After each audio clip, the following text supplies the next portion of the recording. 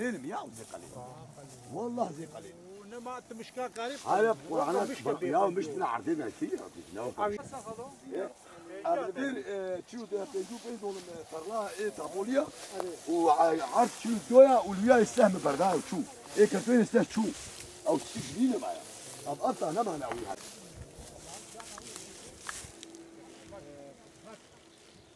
وكان parçayı babani jimezi. تقول حسب الإيديج فيها كذا. التاريخ هذا قريب ما هو شيء نبوا بهم. الله ينجزك الشيء كنا خبره. أري ويش بين خبره قريب مش كذا كاوي diye zaten. Doğumuzlar Nergizli köyünde 55 doğum tarladır. Tapon 55 doğumdur. Ortalama 4'te 3'ü yani domuzlar barabat etmişler. 4'te 1'i kalmış. Dürücek köyündeki tarla 30 dönümdür. Hepsi %100. Bir başak bile bırakmamış.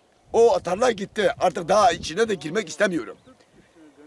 Burada kalmış yani 10 dönüm 12 dönüm tarlaya kalmış başakla beraber ayakta olan. Diğer o domuzlar karşısında onu da 1-2 günde bitirecek. Yani devlet bize izin vermezse o da gitti. Suriye ile Türkiye'nin arasındaki mayın tarlasının içinde mevzelemişler. Orada nasıl diyeyim? Kamış var, kamış. Kamışın içindeki yazın gölge olduğu için serin oluyor. Yalnız devlet bizim sesimizi duymak istiyorum. Sayın devlet, biz Türk vatandaşıyız. Biz Suriye vatandaşı değiliz. Biz Avrupa'dan gelmiş değiliz. Buranın vatandaşı, bu tarla bizim tapomuzdur. Ya biz ekmişiz. 7 çocuğumuz vardır. Bu çocukları bu buğdayla beslememiz gerekiyor. Bu buğday gittikten sonra ben neyle bu çocuklara bakacağım? Biri askerde, 4 tane okulda. Ne yapmamı istiyorsunuz? Çocuklarımı Kırgızistan'a mı göndereceğim? Karakola gidiyorum izin yok. Tabure gidiyorum yok. Merkeze gidiyorum yok. Nerede var? Bu devletin sorumlusu kimdir? Tamam. Sayın Kaymakam Bey, sizden ricamız şudur. Ekinimiz bu seneki mahsulü zaten susuz tarla kuruldu. Kaldı ki sulu tarla. Biz sulu tarlayı gübreledik, suladık. Bir gün geldim, domuzlar hepsi barabat etmiş. Karakola gidiyorum izin yok. Merkeze gidiyorum yok. Tabure gidiyorum yok. Bu izni nereden alacağım? Bu domuzları ya siz halledin ya bize izin verin. 7 çocuk babasıyım. Bu borcumu nerede ödeyeceğim?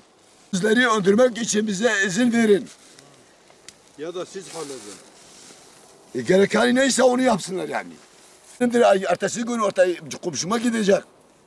Bugün benim ekinim yani yetişkin hale gelmiş ki o yüzden yemişler. Bir de 30 küsür domuzdur. 1-2 tane de değildir. Biçimiz akşam olduktan sonra tarlaya gidiyorlar. Onların yanında da her bir dişi olan 6 ile 8 arasında yavruları var. Yavrular boyu kısa olduğu için büyükler o ekini boyu uzun olduğu için yere düştürüyor. Küçük yavruları yesin diye hem yiyor hem yere sarıyor. 3. seferde bununla yeri kazıyor. Kalanı da biçmiyor. Bir karakola söyledim komutanlara izin yok diyor. Öldürse ben ziraat dairesine gittim diyor bir tane vursa müdüre gittim. Bir tane vursa 20 milyar para ödeyeceksin. Zaten 20 milyarı bırak 1 milyar cebimde kalmadı. Var olanı da gübreye verdim. Gübreye attım zaten ekin oldu. Ekin de bu domuzlar toprak etti.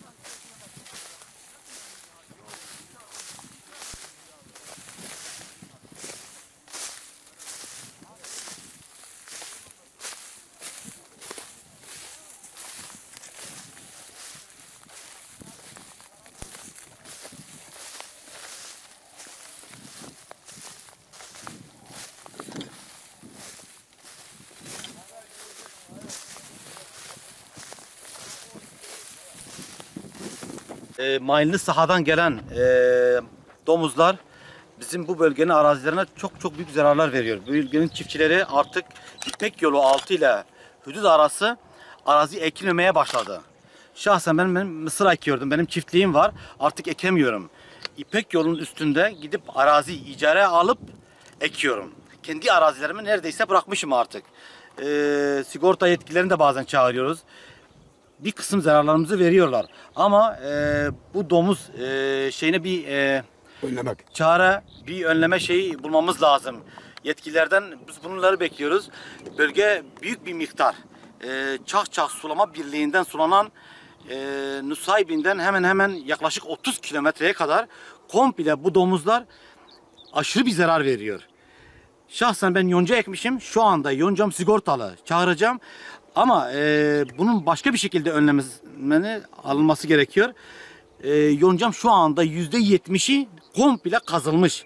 Yenmesi değil, kazıyor yani.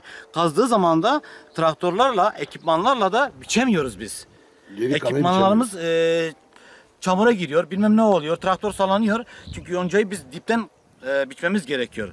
Ondan dolayı biçemiyoruz. O kadar büyük bir zarar veriyor. Mısır zaten tamamıyla İpek Yolu altı mısır bırakıldı. Hiç kimse ekemiyor. Arazilerimiz boş kalıyor. Sadece buğday ekebiliyoruz. Buğday da çok ciddi zararlar veriyor. Herkesin de gücü yok sigorta yapmaya. Herkes bunu yapamıyor. Bak bir kısımların tapoları yok. Şu yok bu yok. Yani bazı insanlar yapamıyor. Ondan dolayı da bayağı bir sıkıntılar çekiyoruz.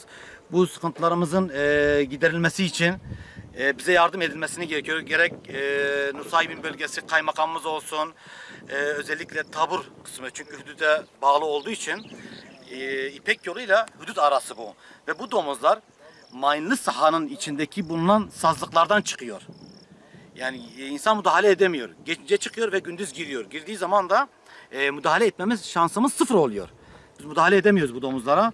Onun için hem tabur olarak, kaymakamlık olarak biz yetkililerden yardım istiyoruz.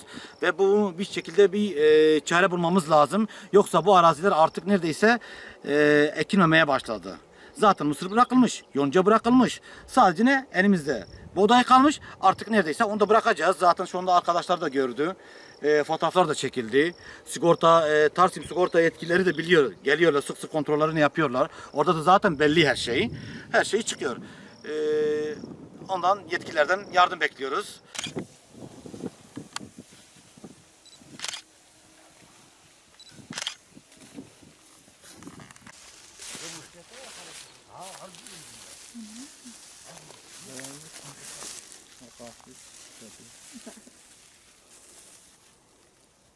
Ya böyle bir iki tane başak ayakta kalanı sızlan ediyorsun kalmışlar. Hiçbir yeri kalmamış. Kaleleri hiç kalmamış. Yemiştir. Tavrına falan da hepsi duvarla manzarayla koy. Hadi bu kamera kebida. Bak sen bu maaşı kebida deli kalma. Ahmer kebina ha. Haber ki domuz var. Ha bana.